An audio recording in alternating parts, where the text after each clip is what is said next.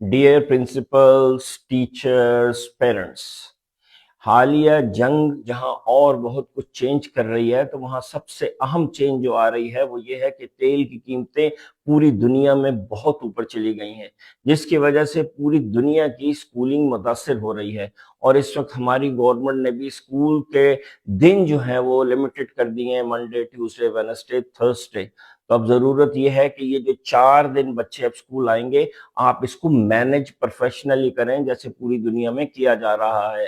تو اس کا طریقہ کیا ہے؟ اس کا طریقہ یہ ہے کہ اب آپ کے بچے یہ 4 دن ایکسٹینڈڈ ٹائم کے لیے آئیں گے، 8 to 3 o'clock وہ آئیں گے۔ یہ ٹائم آپ نے کیسے ڈیوائیڈ کرنا ہے، یہ میں آپ کو اس کا ٹائم ٹیبل دے رہا ہوں، اس کو غور سے دیکھ لیجئے۔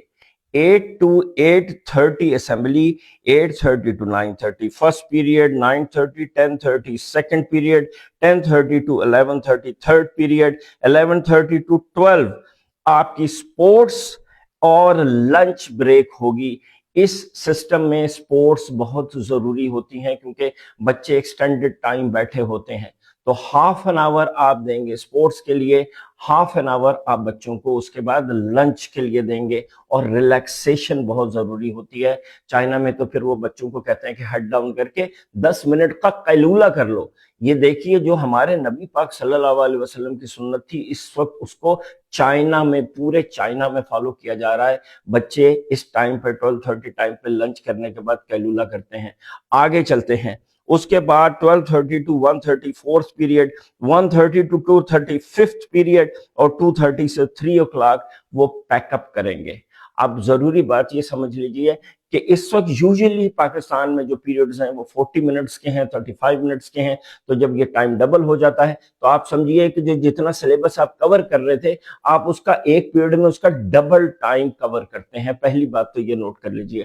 دوسری بات یہ ہے کہ یہ جو لنچ ٹائم ہوتا ہے، اس میں بچے پراپر لنچ لے کے آتے ہیں، ٹفن میں لے کے آتے ہیں، ہیلتھی لنچ لاتے ہیں، اور وہ وہاں بیٹھ کے پراپرلی لنچ کرتے ہیں۔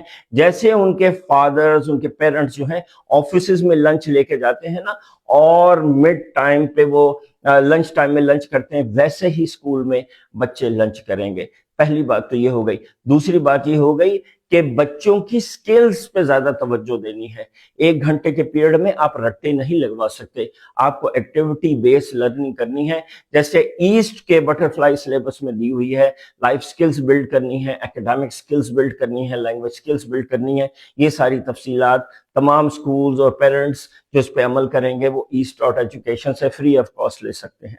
تو یہ پورا سسٹم نوٹ کر لیجئے، یقین جانیے آج نہیں تو کل آپ کو یہ میتھڈ فالو کرنا ہی کرنا ہے۔ پوری دنیا میں اسی طرح چل رہا ہے۔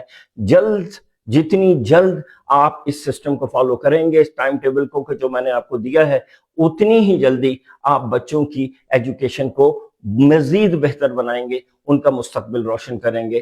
تھینک یو، اللہ حافظ۔